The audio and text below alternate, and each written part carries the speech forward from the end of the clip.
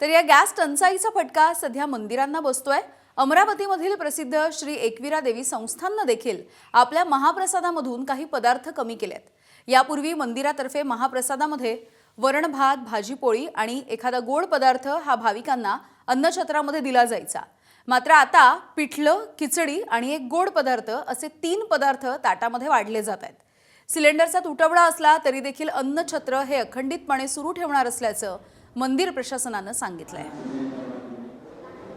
गॅसचा तुटवडा आहेच, परंतु अन्नक्षेत्र हे बंद राहणार नाही, त्याचा प्रयत्न आम्ही करू।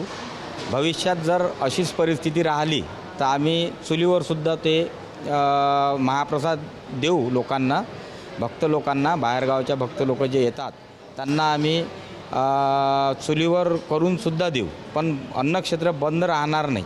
या परिस्थितीमध्ये आम्ही खिचडी आणि पिठलं आणि एक स्वीट म्हणजे शिरा वगैरे देत आहे।